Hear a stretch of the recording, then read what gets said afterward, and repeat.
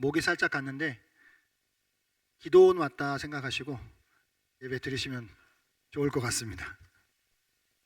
지난 수요일 날 통계청에서 수치가 하나 나왔습니다. 0.78이라는 숫자입니다. 이게 무슨 숫자냐면 우리나라 출산율입니다. 작년 기준 우리나라 출산율이 0.78이 되었습니다. 그러니까 이 이야기는 우리나라 가임기 여성이 평생 동안 낳는 아이의 수가 0.78명이다라는 이야기입니다. 정부가요 저출산 시대를 이제 해결하기 위해서 2005년도에 저출산 고령화 사회위원회라고 하는 것을 만들었어요. 그래서 2005년도부터 2021년도까지 대략 16년 동안 무려 280조 원을 쏟아 부었습니다. 어마어마한 돈을 쏟아 부었지만 별 효과가 없었어요. 우리나라 출산율은 지금 7년째 하향 곡선을 그리고 있습니다. 뭔 얘기냐면 정부 정책이 잘못된 방향으로 왔다는 이야기이죠. 혼인 건수도 그렇습니다. 작년 우리나라 혼인 건수가 19만 2천 건입니다. 이게 통계 작성 이후에 최저치라고 하네요. 아무리 코로나를 감안하더라도 암울한 수치입니다. OECD 평균 출산율이 1.59명인데 저희가 그 절반밖에 되지 않아요.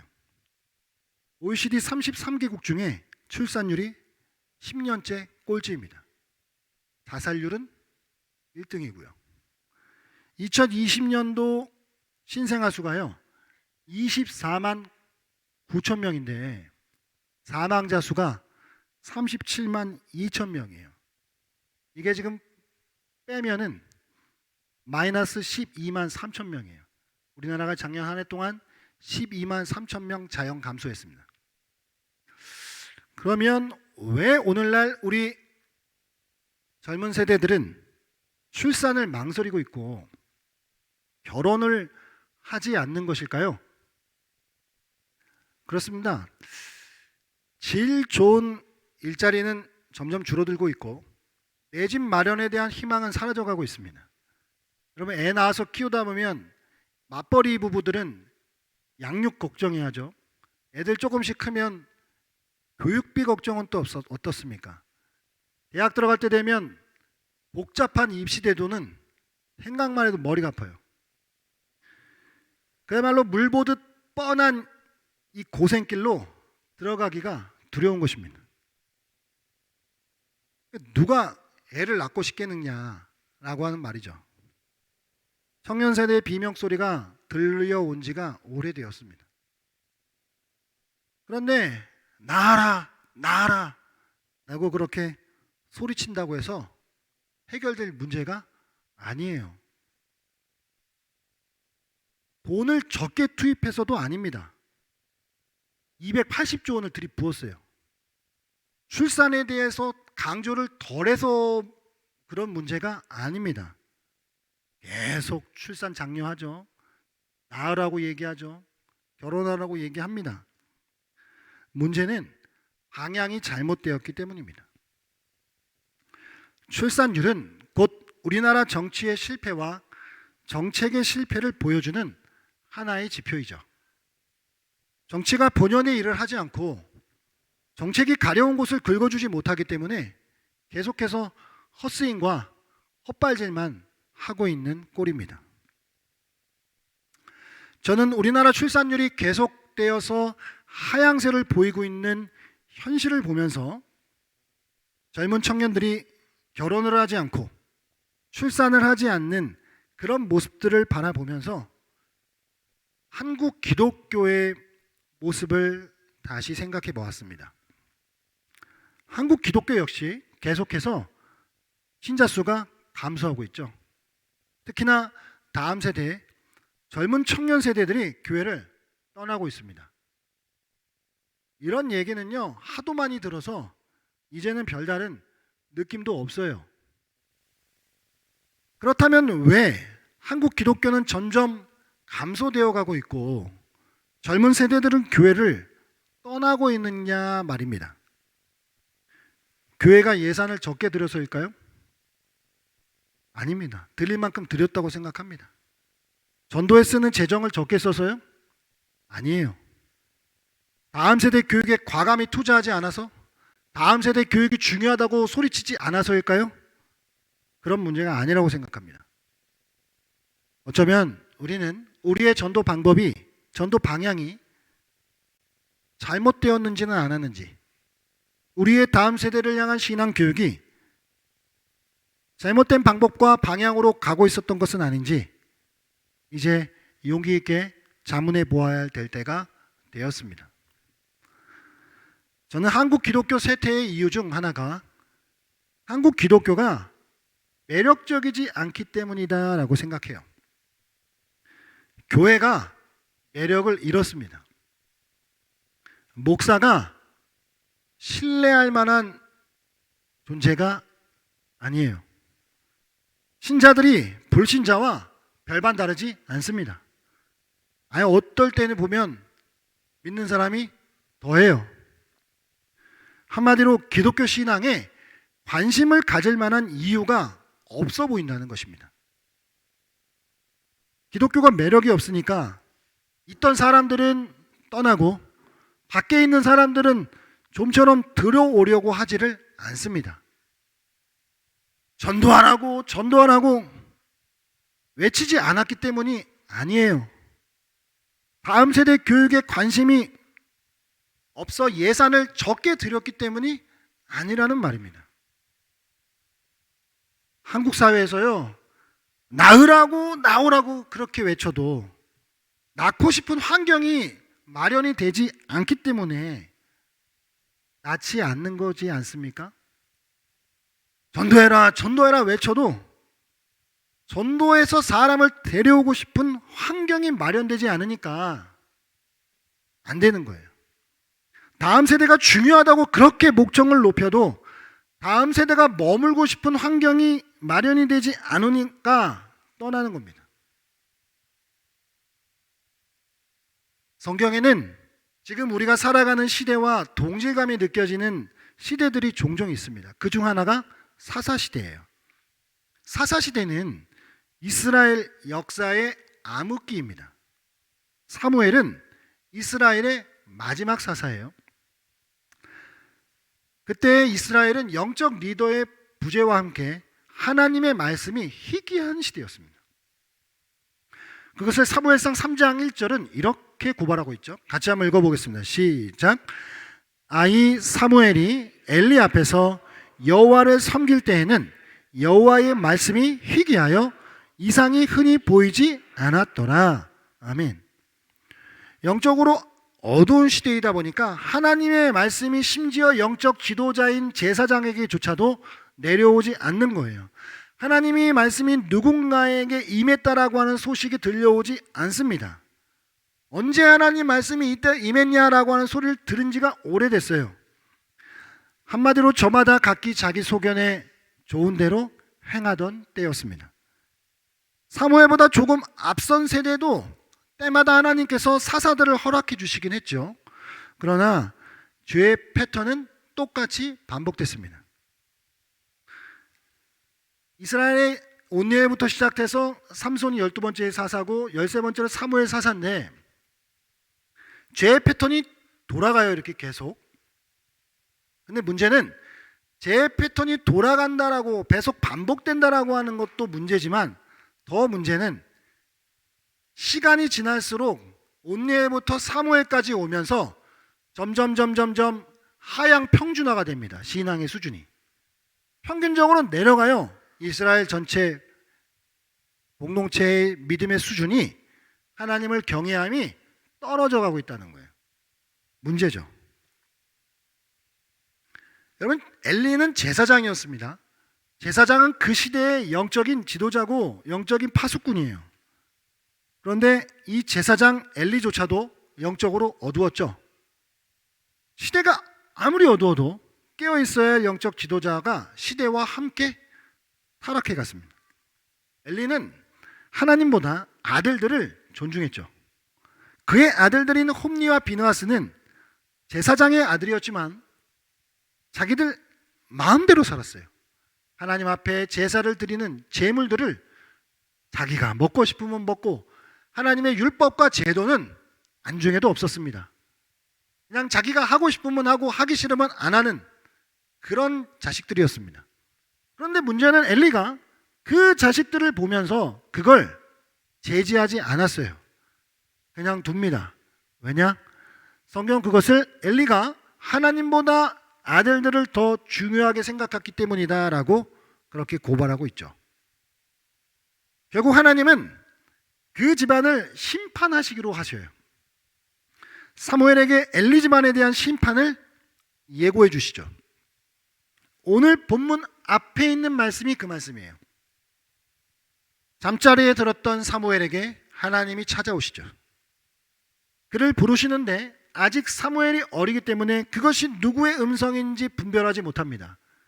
그래서 엘리가 혹시 자신을 부른 것인지 아닌지 하고 엘리를 찾아갔지만 그래도 엘리가 대제사장이라고 해서 그래도 그게 하나님의 음성이었다라고 하는 것을 알아채리고 사무엘에게 얘기해 줍니다. 그렇게 사무엘은 다시 하나님의 음성이 들렸을 때에 말씀하옵소서 주의 종이 듣겠나이다 라고 그렇게 응답하고 하나님께서는 사무엘에게 엘리 집안에 대한 말씀을 주십니다. 그렇게 사무엘이 자라가요. 사무엘이 자라가면서 이제 사울을 왕으로 세우고 그리고 이스라엘의 사울 왕에 뒤이어서 누가 왕이 되죠?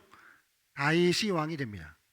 그리고 그의 아들 솔로몬이 아버지의 뒤를 이어 왕이 되죠. 바로 이 솔로몬 왕 때에 엘리 가문에 대한 그 심판 예언이 성취돼요. 엘리 가문은 제사장직에서 파면당합니다. 이 아비아달은 엘리 가문의 제사장이었는데 아비아달이 솔로몬 때 제사장 직분을 박탈당합니다. 그리고 사독이 대신해서 제사장직을 수행하죠. 예수님 시대 당시에 사도계파라고 불렀던 자신들이 사독의 후손들이라고 불렀던 사람들이 있었죠.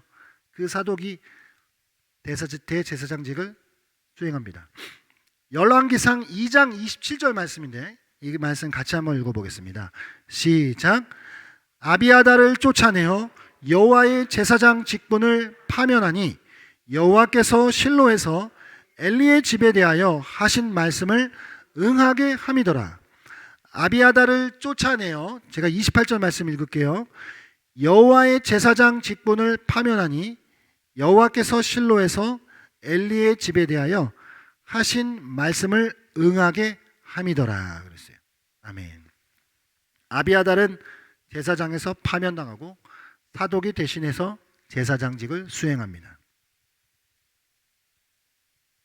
사무엘을 통해 엘리 집안에 예언하셨던 심판이 이루어지는 것이죠. 자, 오늘 본문은 이제 비로소 엘리 제사장뿐만 아니라 당시 이스라엘 온 공동체가 사무엘을 하나님의 선지자로 인정했을 뿐 아니라 여호와의 말씀이 희귀하던 그 시대에 그 이상이 사무엘에게 계속하여서 임하였었다라고 하는 그것을 말씀해 주고 있습니다. 영적 암흑기의 시대에 하나님께서 사무엘에게 말씀으로 나타나셨다라고 하는 것을 기록하고 있죠. 특히 이제 사무엘은 성장하면서 하나님이 그를 선지자로 세워주셨다라고 하는 것을 온 공동체로 하여금 알게 합니다. 바로 이 지점에서 우리는 이스라엘 온 공동체로부터 신임을 얻게 된 사무엘과 그리고 이제는 늙어 영적으로까지 영성을 잃어갔었던 그 엘리 그리고 그의 매우 악한 아들들 이 서로 대조되고 있는 모습을 발견할 수 있습니다. 어두운 영적인 시대가 이제는 저물어가고 사무엘을 통하여서 새로운 왕정 시대가 열리고 있는 것을 보게 되는 것이죠. 오늘 이 본문의 말씀은요, 개인적으로 너무 부러워하는 말씀입니다. 특히나 사무엘은요, 이스라엘 온 백성이 그 사람은 하나님께로부터 세우심을 입은 선지자였다 라고 하는 것을 알게 해줬어요. 단에서부터 브엘세바까지라고 하는 말은 이스라엘 최북단부터 이스라엘 최남단까지를 얘기해 주는 거예요. 우리나라로 치면 한라에서 백두까지 나는 정도로 생각할 수 있겠죠. 한마디로 이스라엘 온 백성이 사무엘은 하나님이 세우신 선지자다라고 하는 걸 알았다는 거예요. 내가 선지자야라고 자기가 외쳐서 자기가 목소리 빗대 올려서가 아니라 그냥 그 존재 자체가 하나님이 함께 하시는 선지자구나라고 하는 걸 알게 해줬습니다.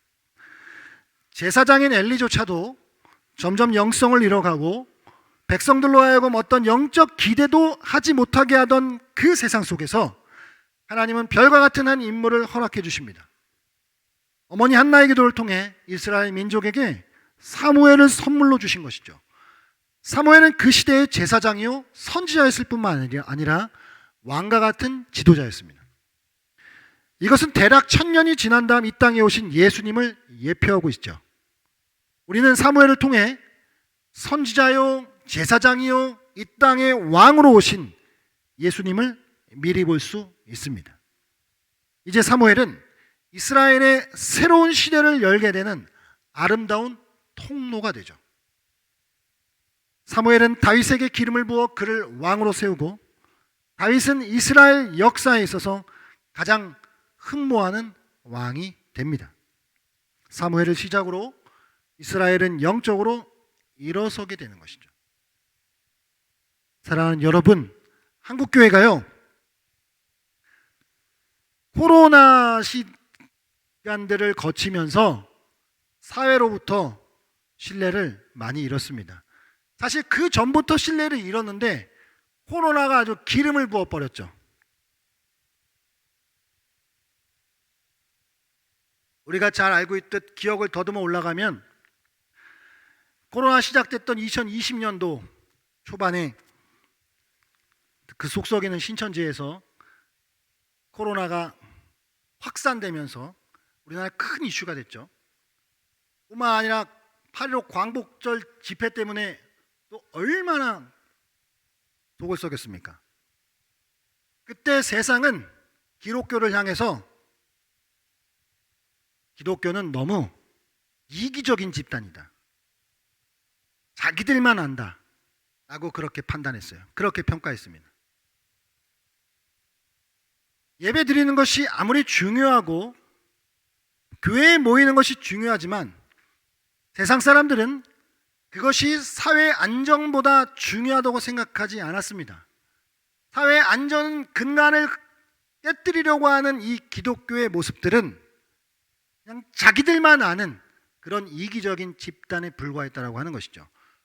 물론 저와 여러분들은 우리가 하나님을 믿는 사람으로서 당시에 너무 처음 당하는 상황이었고 도대체 지금은 어떻게 해야 되나? 지금이야 온라인 예배가 익숙하지만 당시에는 이 온라인 예배 하나님 받으시는 건가? 라는 어떤 신학자들의 토론까지도 일어나면서 있었기 때문에 우려가 컸죠. 이러다가 정말 교회 망하는 거 아닌가? 우리 다음 세대 아이들이 교회 다 떠나가는 것이 아닌가? 나는 그런 걱정들을 했기 때문에 어떻게든 모이려고 했고 지키려고 했었던 걸 알고 있어요. 하지만 그럼에도 불구하고 세상은 교회를 향해서 그렇게 고운 시선으로 바라보지 않았습니다. 그러면 우리가 코로나를 지나면서 더욱 잃어버린 이 신뢰, 특히 한국 기독교가 잃어버린 우리만의 고유한 거룩한 매력, 그것을 어떻게 하면 우리는 다시 되찾을 수 있을 것이냐라고 하는 것이죠. 전도하라고 외쳐도 전도가 안 되고 다음 세대 교육이 중요하다고 그렇게 소리를 높여도 안 되는 이유는 돈을 적게 쏟아 부었기 때문이 아니라 우리의 방향이 뭔가, 우리의 정책이 뭔가 잘못 가고 있다라고 하는 이야기죠. 그러면 우리는 전도할 만할 수 있는 그런 우리 교회의 상황을 만들어 가야 하고 그런 환경과 구조를 만들어 가야 돼요. 다음 세대 아이들이 이곳에서 행복할 수 있는 그런 환경과 구조를 만들기 위해 힘써야 된다라고 하는 것이죠. 그러기 위해서 첫 번째로 우리에게는 말씀이 임해야 합니다. 할렐루야. 오늘 본문 3장 21절 말씀인데요. 같이 한번 읽어보겠습니다. 시작. 여호와께서 실로에서 다시 나타나시되 여호와께서 실로에서 여호와의 말씀으로 사무엘에게 자기를 나타내시니라. 아멘. 사무엘이 새로운 시대의 귀한 사명과 역할을 감당할 수 있었던 것은 그 말씀이 희귀하던 시대에 하나님께서 사무엘에게 말씀을 물부터 부어주었기 때문이에요. 누군가에게 하나님의 이상이 찾아왔다라고 나타났다라고 들은 지가 오래된 그 세상 속에서 사무엘에게는 하나님께서 계속해서 말씀을 부어주셨습니다. 이것이 사무엘이 사무엘 되게 하는 근본적인 힘이었던 것이죠. 여러분, 한국교회가 지금 쇠퇴하고 있고 힘들다고 하는데 역사적으로 교회는 늘 어려운 때를 지나왔습니다. 그러나 그 어려운 때를 지나오면서 그때마다 교회가 붙잡았던 것은 무엇일까요? 하나님의 말씀이에요. 종교개혁 시대가 꼭 그랬습니다. 당시에 종교가 너무 인간적으로 변하고 교황의 권위가 하나님의 말씀 위에 있고 교회의 제도와 자신들이 만들어 놓은 전통이 하나님의 말씀보다 앞서 있었던 그 중세 가톨릭의 암울한 시대 속에서 하나님은 종교개혁가들을 통해서 그들이 한마음으로 외쳤던 오직 성경으로, 오직 말씀으로, 솔라 스크립투라라고 하는 이 말을 외치면서 그들은 기독교의 회복, 다시 근원으로 돌아가는 그 운동을 펼쳤던 것이죠. 오늘날은 동일합니다. 시대가 아무리 바뀌어도 한국 기독교가 다시 매력을 되찾을 수 있는 길은 하나님의 말씀이 우리 안에 충만하게 부어지는 것입니다. 또한 우리에게 주신 그 말씀이 우리의 삶이 되어야 해요. 말과 행동이 같아야 된다고 하는 것이죠. 사무엘상 3장 19절 말씀 한번 읽어보겠습니다. 시작. 사무엘이 자라매 여호와께서 그와 함께 계셔서 그의 말이 하나도 땅에 떨어지지 않게 하시니. 아멘. 그러니까 사무엘에게 말씀이 임했어요. 임했는데 그의 말씀을 사무엘은 하나님의 말씀을 선포하고 외쳤습니다. 그런 사무엘에게 임하셨던 그 하나님의 말씀은 땅에 떨어지지 않았어요. 그것은 이루어졌어요. 말씀이 성취가 됐다라고 하는 것이죠. 자, 우리도 하나님의 말씀을 주셔요. 우리도 말씀을 전합니다. 말씀을 외쳐요. 말은 쉽죠. 말은 잘하기도 합니다. 그러나 우리의 말과 우리의 모습이 너무 달라요. 우리가 말한 대로 살아가지 않아요. 그러니까 매력이 없죠. 기독교가 세상과 달라야 하는데 대상이나 기독교나 똑같습니다.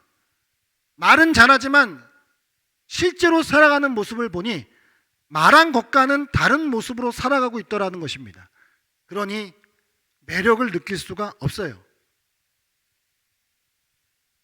기독교가 사람들의 관심을 얻지 못하는 것이죠. 더 나아가 우리는 그리스도인다워야 하는 것이죠. 말씀이 우리 안에 임하고 이 말을 삶이 되게 함으로 인해 그리스도인답게 살아야 하는 것이죠. 여러분들에게 드린 말씀 아니고 저한테 하는 이야기입니다. 사무엘상 3장 20절 말씀 같이 한번 읽어보겠습니다. 시작. 단에서부터 브에세바까지의 온 이스라엘이 사무엘은 여호와의 선지자로 세우심을 입은 줄을 알았더라. 아멘. 선지자가 선지자다웠던 거예요. 그리스도인이 그리스도인다워야 하는 것이죠. 사람들이 우리를 보면서 신자구나, 믿는 사람이구나,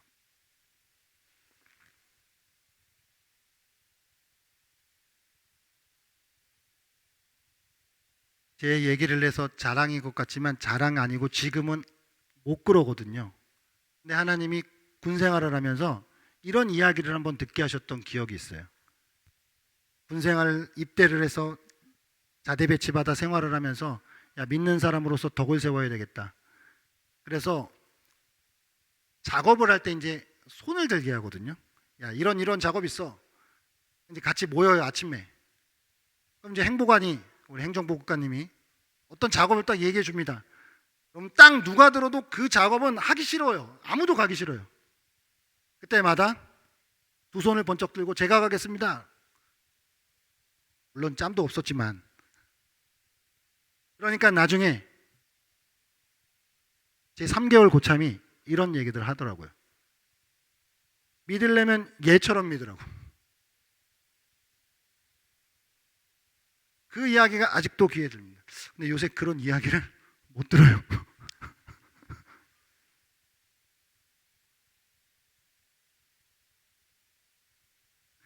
교회를 다니려면 이렇게 다니라고. 그게 그리스도인다워지는 것이죠.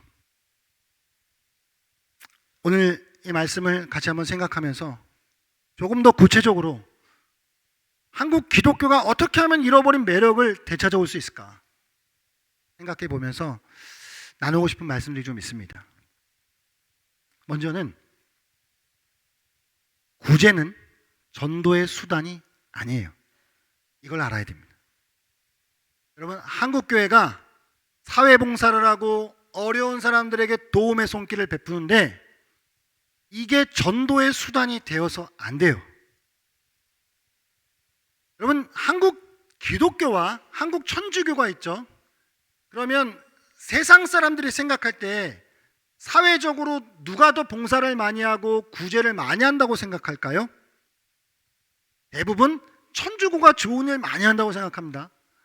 근데 실제로는요, 기독교가 오히려 많으면 많았지 덜하지 않아요. 실제 일로 따지면 한국 기독교 좋은 일 많이 합니다, 여러분. 그런데 세상 사람들은 천주교가 좋은 일 많이 한다고 생각하고 있어요. 우리가 가지고 있는 허점 중에 하나는 뭐냐면 어려운 이웃들에게 도움의 손길을 베푸는데 그걸 가지고 어떻게든 꼬드겨서 전도하려고 그래요. 세상 사람들은요, 사람은 바보가 아니에요, 여러분. 영적인 존재라 저 인간이 지금 나한테 도움의 손길을 베푸는 게 그 다음 거를 바라보고 있는지 안 바라보고 있는지를 다 알아요. 이렇게 생각해요. 결국은 니네 교회 커지게 하려고 이러는 거 아니야. 결국은 교세 확장하려고 하는 거 아니야. 다 알아요, 여러분. 그러니까 차라리 내가 도움 안 받았으면 안 받겠다라고 그렇게 생각하는 거예요. 구제는, 사회봉사는 그냥 구제로서 구제가 되어야 하고 사회봉사로서 사회봉사가 되어야 해요. 그게 그 다음 끌어들여서 어떻게든 우리 교회를 만들려고 하는 데까지 가지 말아야 해요. 그럼 전도는 어떻게 합니까? 전도는 전도해야죠. 여러분, 오늘날 우리가 전도하는 그 우리의 자세와 태도를 돌아볼 필요가 있는데 겁박이나 강제가 아니라 감동과 설득이 되어야 해요. 우리는 때로는 너무 겁박해요, 사람을.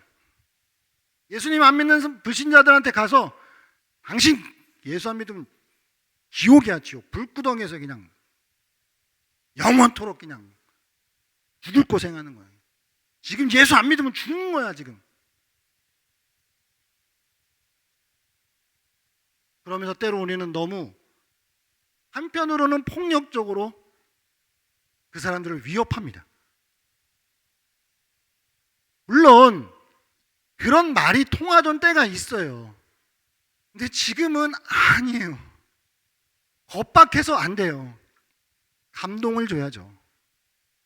우리가 그 사람들을 얼마나 진실로 생각하고 있는지, 그 사람들의 영혼을 내가 정말 얼마나 사랑하고 있는지, 순수하게 그 사람들을 정말 위하고 있는 것인지, 시간이 걸리지만 이 작업은 시간이 걸리지만 시간이 지나면 알아요.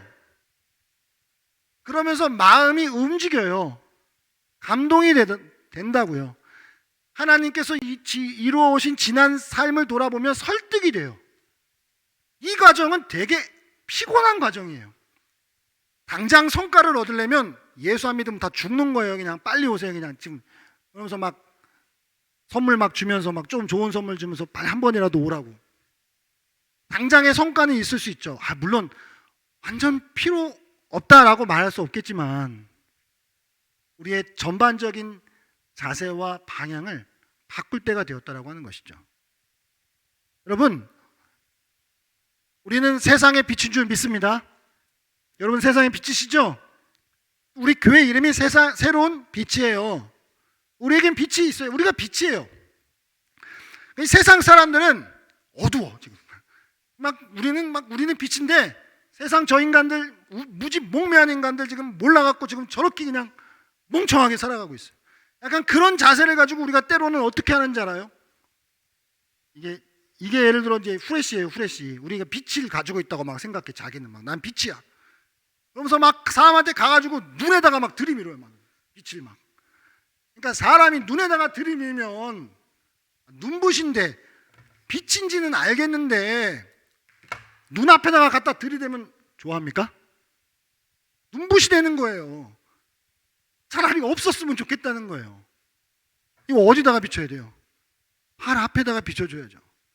근데 우리는 그냥 야 이거 빛이야 빨리, 야 이거 빨리 지금 봐봐 그러면서 눈에다가 자꾸 들이밀어요.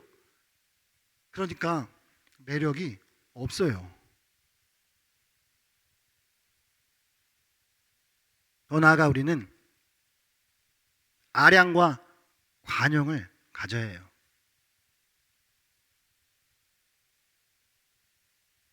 잘못한 사람을 있는 그대로, 실수한 사람을 있는 그대로 받아줄 수 있는 아량, 그리고 빌립보서 4장에서 말씀하신 너희 관용을 모든 사람에게 알게 하라고 하셨던 그 관용, 그 넓고 너그러운 마음을 우리는 가질 수 있어야 해요. 저한테 하는 말입니다. 제가 좀 속이 좁아가지고. 교회에서 때로는 한번 틀어지면요 좀처럼 관계를 회복 안 하려고 그래요. 어떻게 나한테 그럴 수 있어? 그러면서 등집니다. 근데 세상은요 여러분 오히려 잘 아시잖아요. 잘 모르시나? 뭐 한번 틀어졌어 그러면 뭐 한잔 하면서 딱 여기서 끝이야. 이제 앞으로 우린 하나가 되는 거야. 그렇게 하잖아요. 근데 우리는 뭐 같이 술 한잔 합시다 뭐 이럴 수도 없고, 그렇다고 성령이 충만한 것도 아니고 성령에 취해 있는 것도 아니니까 받아들여지지가 않아요. 아량과 관용이 생겨나지가 않는단 말이에요. 너무 속이 좁아요. 그러니까 매력이 없어요. 여러분 저희 교회가 이제 2달 정도 이제 됐어요. 이제 2달 됐는데 운영위원회를 이제 꾸려서 교회를 이제 운영을 또 해야 하니까 지난 2월달 운영위원회 때 모임 시간이 아마 모르겠어요. 정확히 2시간 반 이렇게 넘었던 것 같아요. 그러니까 밑에서 이제 가족들이 기다리면서 도대체 무슨 회의할 게 그렇게 많냐? 무슨 말이 그렇게 많냐? 원성이 막 터지고 있어요. 막. 그래서 저는 그렇게 생각합니다. 운영위원회가 모여서 이제 시작하는 단계에 여러 가지들을 의논해요. 그러니까 저는 들어야 된다고 생각해요. 그러니까 지금은 듣고 나도 나의 생각을 알려주고, 그래서 담임 목사는 어떤 생각을 가지고 있는지, 저 성도님은 어떤 것을 또 중요하게 생각하는지 다 들어보고 서로의 생각을 맞춰가야죠. 그러니까 이건 피곤해요. 그러니까 옛날처럼 옛날 그 당회장 막 목사님들 하나님께 받았어 직접. 그래갖고 톱다운을 그냥 딱 말하면 장로님들은 예 알겠습니다 순종하겠습니다 딱 가야 돼. 이거는 지금은 안 돼요. 좀 에너지가 들어가고 피곤하지만 서로가 같이 설득이 되고 이해가 되고 그래서 그런 것이구나. 그러다 보면서 이 기간들이 지나가면 이제는 나중에는 좀 시간이 줄겠죠. 왜냐? 한마디 하면 그게 무슨 말인지 이제는 알 거니까.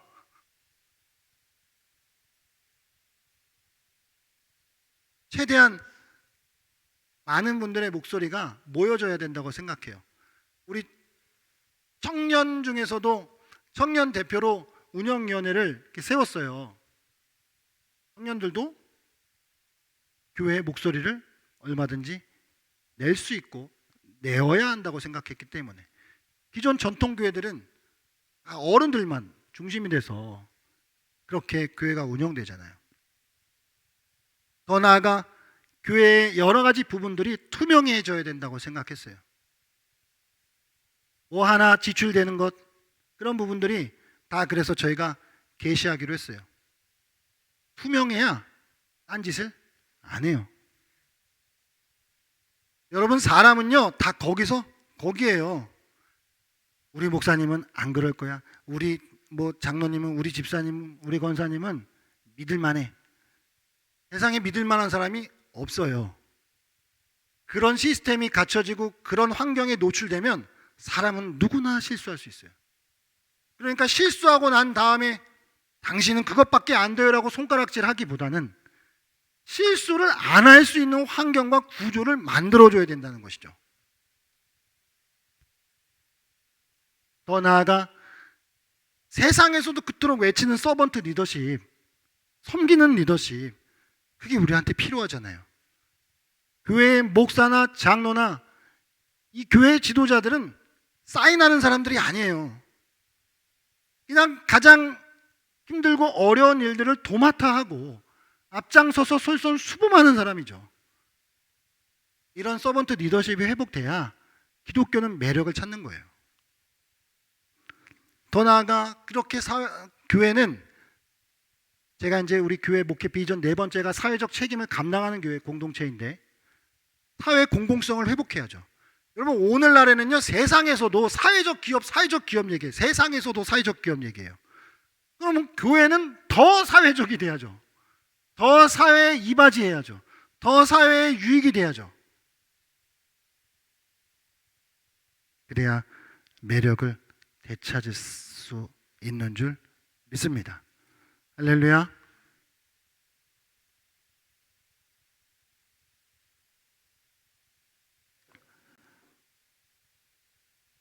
한국 기독교가 지금 많은 매력을 이제 잃어갔지만 다시 우리가 우리 안에 말씀이 임하고 우리의 말이 우리의 행동이 되고 우리가 그렇게 그리스도인 다워진다면 그렇게 우리가 매력을 다시 찾을 수 있다면 전도해라 외치지 않아도 오고 싶은 곳이 될 것이고 다음 세대들을 그렇게 우리가 강조하지 않아도 애들이 교회에 남을 거예요. 교회에 모일 거예요. 돈을 적게 부어서가 아니라는 거. 저출산 고령사회위원회가 280조 원을 부었다고요. 그런데 출산율은 계속 내려갑니다. 우리도 돈을 계속 교회도 붓죠. 근데 그게 뭔가 잘못되었을 수도 있다라고 하는 사실을 인정해야 해요. 여러분 로마 제국 당시에 2세기에 로마 도시에 안토니우스 역병이라고 하는 전염병이 돌아요. 이게 당시 로마 도시 전체 4분의 1 정도나 되는 인구를 다 휩쓸어갈 만한 그런 무서운 병이었어요. 그런데 그 당시에 기독교인 공동체인 사람들이 다른 사람들은 다 환자들을 멀리하고 도망가고 피해요. 무서우니까. 나도 죽을 수 있으니까. 그런데 기독교인들이 그 사람들을 찾아가는 거예요. 그래서 그 사람들을 환자들을 돌보고 그 사람들을 치료해주고 하는 일들이 막 일어나는 거예요. 그래서 안토니우스 역병 이후에 기독교 전파가 확산됩니다. 복음을 전해서 확산됐다라기보다도 그냥 그렇게 그들이 남들과 다르게 그 두렵고 떨리는 자리에 가서 수고하고 애쓰니까 사람들이 믿지 말래도 믿는 거예요. 그래서 당시에 이 종교통계학자인 로드니 스탁이라고 하는 사람이 말하고 있는데, 기독교 공동체가 있었던 마을은 다른 마을들에 비하여서 사망자 수가 절반밖에 되지 않았더라, 이렇게 이야기해요. 그렇게 기독교는 세상에 관심을 받게 되었고 많은 사람들이 신앙을 갖게 되었던 것이죠. 한국 기독교는 이제 매력을 가지고 누군가를 전도하고 싶은 곳으로 변화되어야 합니다. 누군가가 문을 열어보고 싶은 장소가 되어야 합니다. 다음 세대 아이들이 하나님을 만날 수 있는 그런 구조와 환경이 되어야 해요. 그런 거룩한 구조와 환경이 되어야 한국 기독교는 희망이 있는 줄로 믿습니다. 우리가 그렇게 우리의 본연의 거룩한 매력을 회복함으로 말미암아 하나님이 다시 한번 한국 기독교를 살리실 수 있는 그런 은혜와 역사가 나타나기를 소망합니다. 여러분, 한국 기독교가 설마 망하는 일이 있다고 칠게요. 유럽 교회가 그랬거든요. 유럽 교회가 쇠퇴하고 불화파가 다 무너졌어요. 기독교가 이제 자유주의 때문에 그런 영향이 큰데, 미국 교회로 넘어갔고 유럽에서 미국 교회도 지금 힘들어요.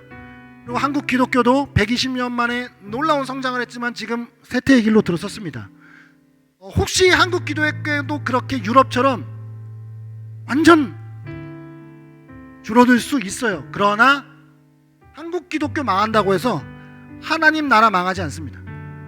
하나님은 만약에 한국 기독교가 희망이 없으면 중국을 세웠던 아프리카를 세웠던 어디를 세웠던 그곳에서 또 하나님의 일을 하실 거예요. 그냥 망하는 게 두려운 것이 아니라 우리 안에 하나님께서 무엇을 원하고 계시는지, 우리가 그 하나님의 뜻에 반하는 길을 가고 있는 것은 아닌지, 그것을 생각해 보면서 나아갈 수 있는 저와 여러분 되었으면 좋겠습니다.